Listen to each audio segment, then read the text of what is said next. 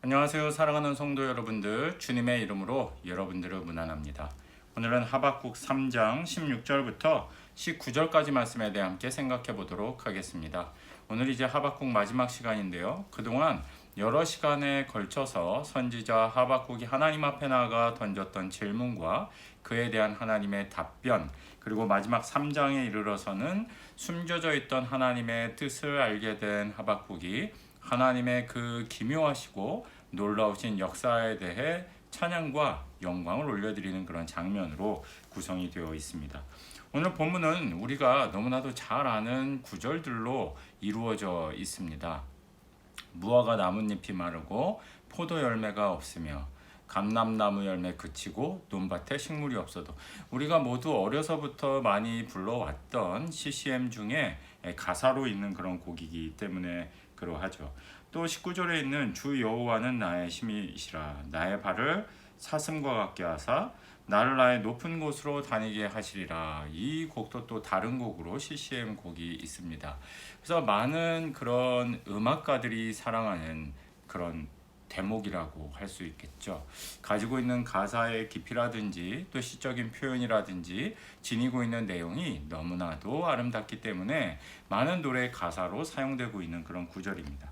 하지만 정작 이 17절과 18절, 19절 우리에게 노래 가사로 익숙한 이 가사에 진입하기 전에 16절에 대해서 많은 사람들은 별로 주목하지 않는다는 것입니다. 16절 말씀을 보면 내가 들었으므로 내 창자가 흔들렸고 그 목소리로 말미암아 내 입술이 떨렸다, 이렇게 얘기를 하고 있습니다.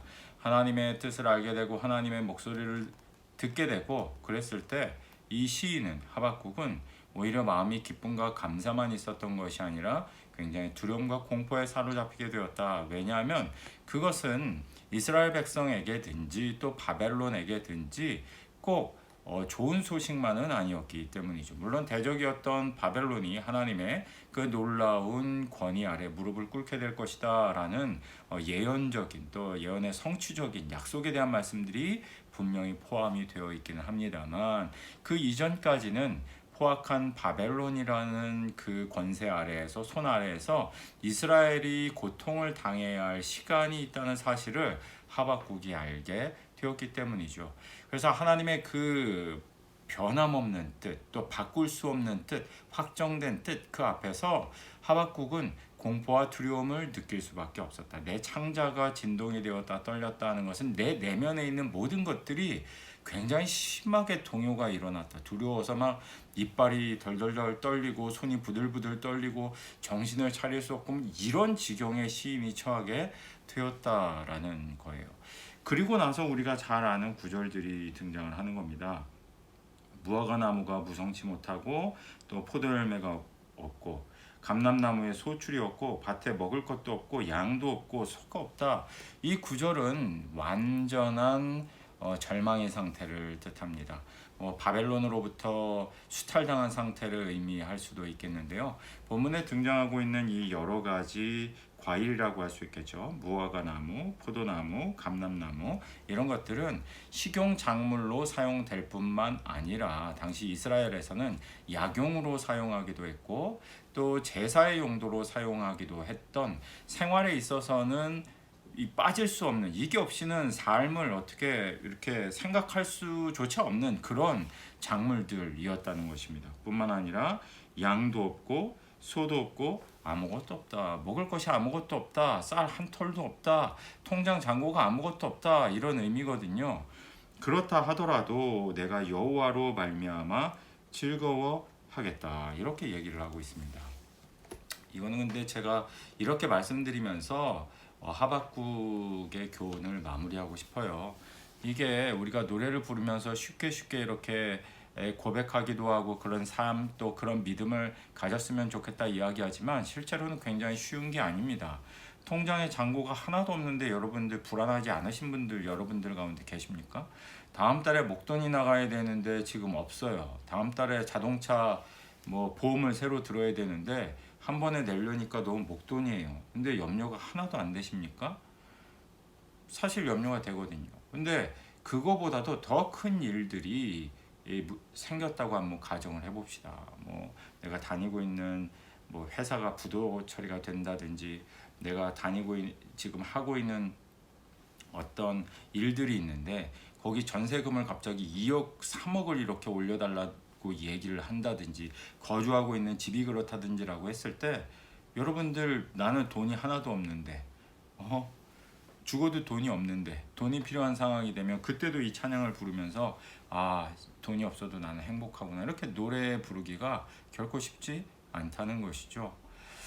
스스로 하나님의 숨겨진 뜻을 신뢰하고 믿고 또 이 인식에 도달하기까지는 하박국처럼 굉장히 긴 고통의 시간이 우리에게 요구된다는 것입니다. 그리고 하나님의 뜻을 받아들이기까지 그것이 나를 고통스럽게 하고 어렵게 하고 나의 마음을 무너지게 만들고 나의 삶이 흔들리게 만들고 정신이 없고 막 온몸이 진탕된 것 같은 그 상황 가운데서도 하나님 앞에 감사할 수 있다.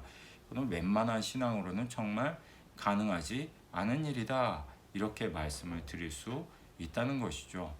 사랑하는 성도 여러분들, 그래서 신앙생활 하면서 개인이 이런 상태에 이르기 위해서 노력하고 기도하는 것은 너무나도 중요한 일이지만, 종종 우리가 조심해야 될 것은 다른 사람에게 뭐 이렇게 권면, 사랑의 마음을 담아서 충고를 한다고, 자기 딴에는 이제 좋은 의미로 한다고 하는데 이게 전혀 위로가 안 되고 더 큰 상처가 되는 경우도 있다는 사실을 반드시 알아야만 한다는 것입니다.